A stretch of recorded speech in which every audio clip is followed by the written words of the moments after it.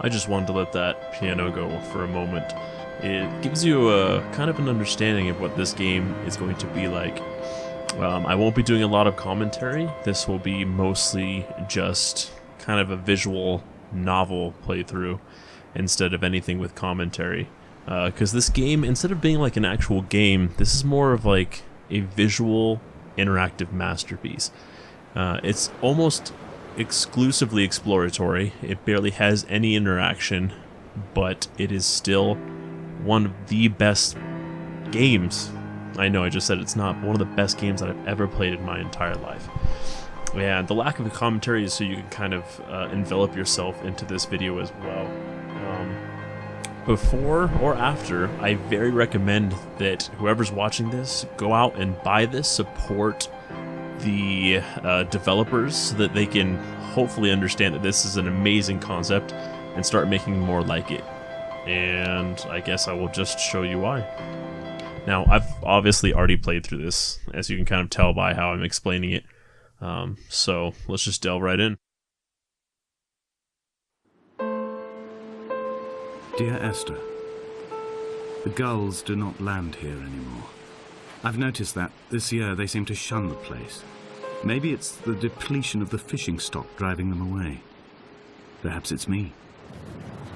When he first landed here, Donnelly wrote that the herds were sickly and their shepherds the lowest of the miserable classes that populate these Hebridean islands.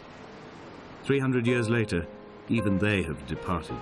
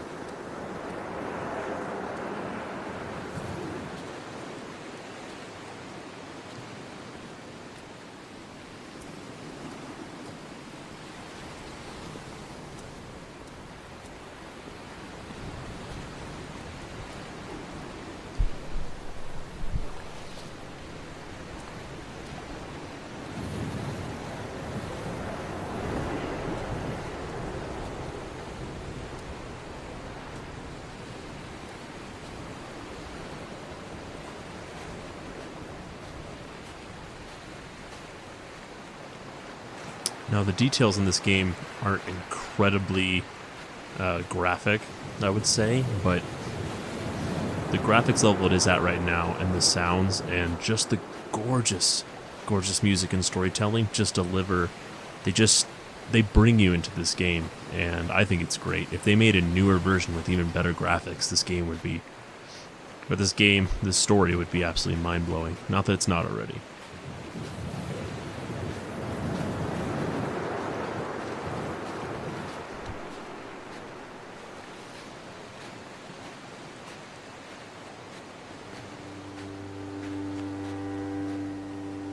At night, you can see the lights sometimes from a passing tanker or trawler. From up on the cliffs, they are mundane. But down here, they fugue into ambiguity. For instance, I cannot readily tell if they belong above or below the waves. The distinction now seems banal. Why not everything and all at once? There's nothing better to do here than indulge in contradictions whilst waiting for the fabric of life to unravel.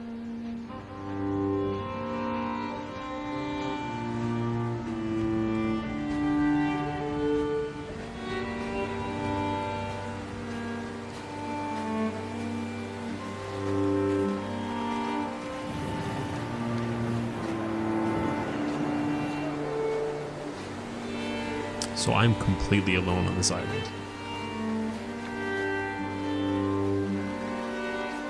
No one is here anymore. Everybody's gone. I have found the ship's manifest, crumpled and waterlogged under a stash of paint cans. It tells me that along with this present cargo, there was a large quantity of antacid yogurt bound for the European market. It must have washed out to sea. God knows there are no longer gulls or goats here to eat it.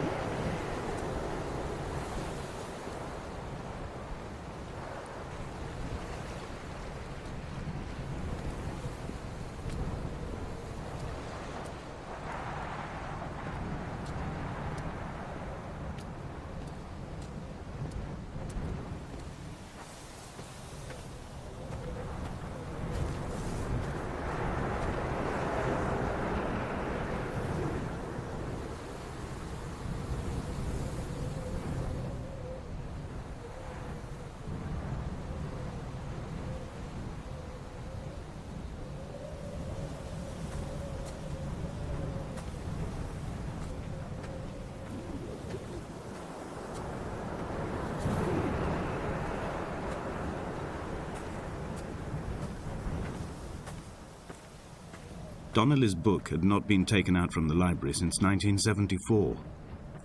I decided it would never be missed as I slipped it under my coat and avoided the librarian's gaze on the way out. If the subject matter is obscure, the writer's literary style is even more so. It is not the text of a stable or trustworthy reporter.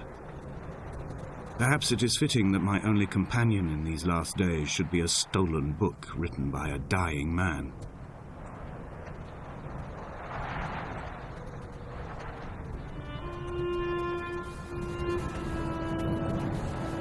When someone had died or was dying, or was so ill they gave up what little hope they could sacrifice, they cut parallel lines into the cliff, exposing the white chalk beneath.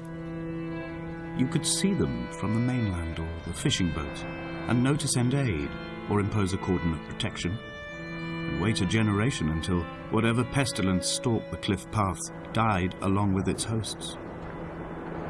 My lines are just for this: to keep any would-be rescuers at bay.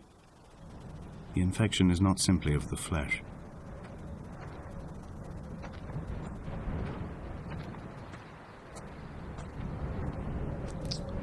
As for the artist, there is one artist who did all the music for this video game, and I will post a link of her stuff below. She also has this whole album on Spotify, and I enjoy listening to it even when I'm not playing, so...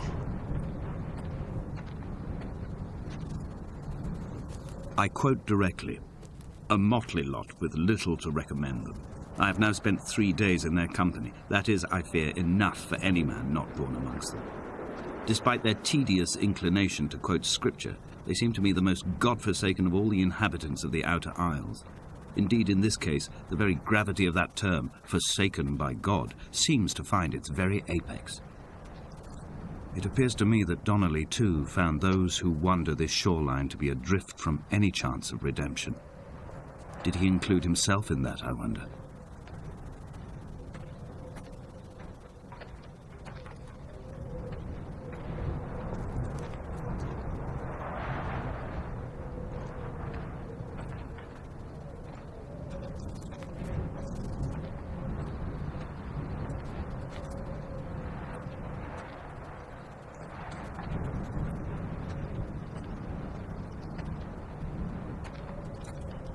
Dear Esther, I met Paul.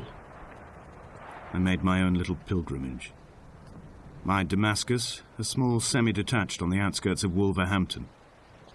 We drank coffee in his kitchen and tried to connect to one another.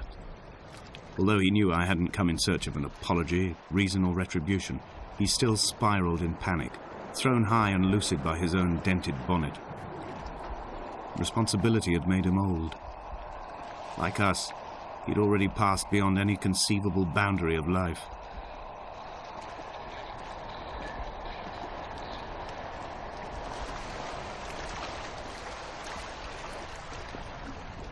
I find myself increasingly unable to find that point where the hermit ends and Paul and I begin. We are woven into a sodden blanket, stuffed into the bottom of a boat to stop the leak and hold back the ocean. My neck aches from staring up at the aerial. It mirrors the dull throb in my gut where I am sure I've begun to form another stone. In my dreams, it forms into a perfect representation of Lot's wife, head over her shoulder, staring along the motorway at the approaching traffic in a vacuum of fatalistic calm.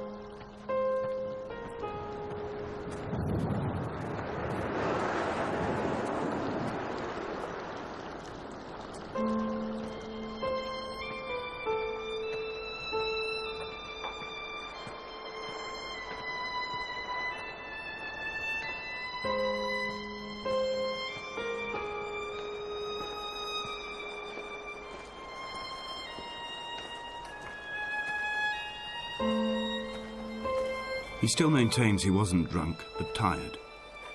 I can't make the judgment or the distinction anymore. I was drunk when I landed here, and tired too. I walked up the cliff path in near darkness and camped in the bay where the trawler lies beached. It was only at dawn that I saw the bothy and decided to make my temporary lodgings there. I was expecting just the aerial and a transmitter stashed in a weatherproof box somewhere on the mount. It had an air of uneasy permanence to it. Like all the other buildings here, erosion seems to have evaded it completely.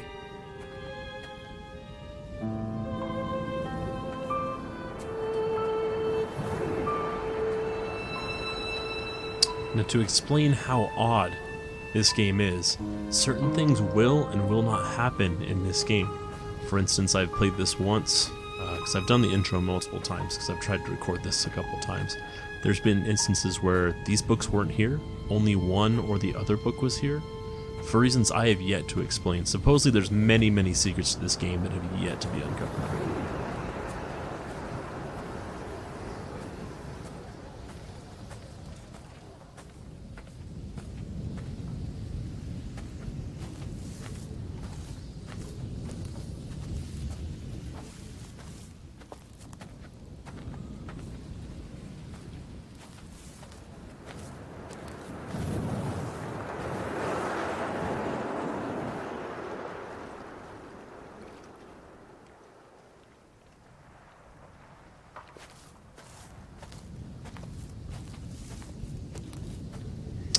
Now, I will actually be looking for ghosts with you guys, because I've heard that there are 6. I've heard that there are many more than 6. So, that I don't know. I think myself, I've only seen probably about 4.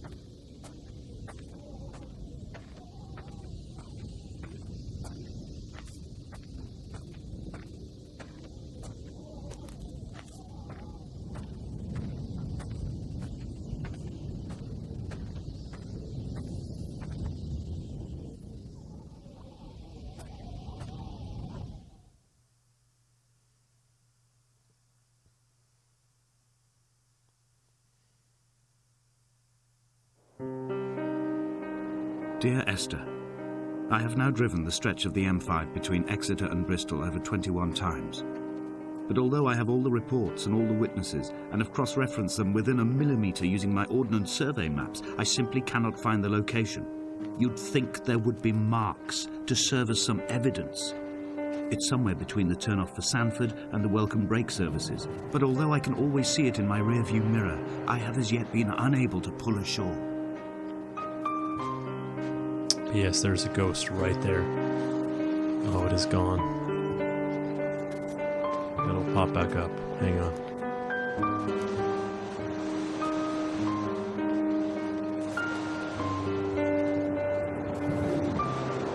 Look at that cliff's edge. Hang on.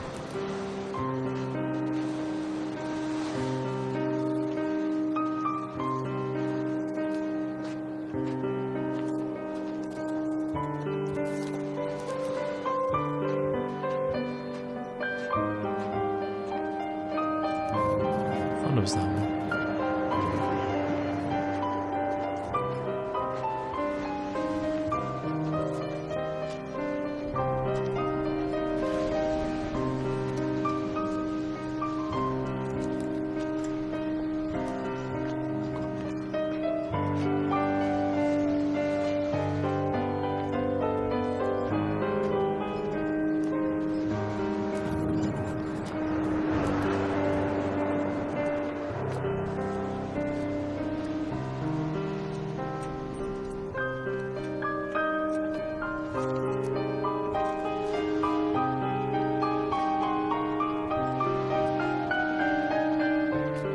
I've begun to wonder if Donnelly's voyage here was as prosaic as it was presented. How disappointed not to have found the bones of the holy man. What was their person? No wonder he hated the inhabitants so. To him they must have seemed like barnacles mindlessly clinging to a mercy seat. Why cling so hard to the rock? Because it is the only thing that stops us from sliding into the ocean. Into oblivion. It went up here, you saw it right at that tip, and you were supposed to see it walking down this way, but I guess we must have been too slow or it didn't go the right way. But anyway, we're going to end this episode right here, and we will continue from this point.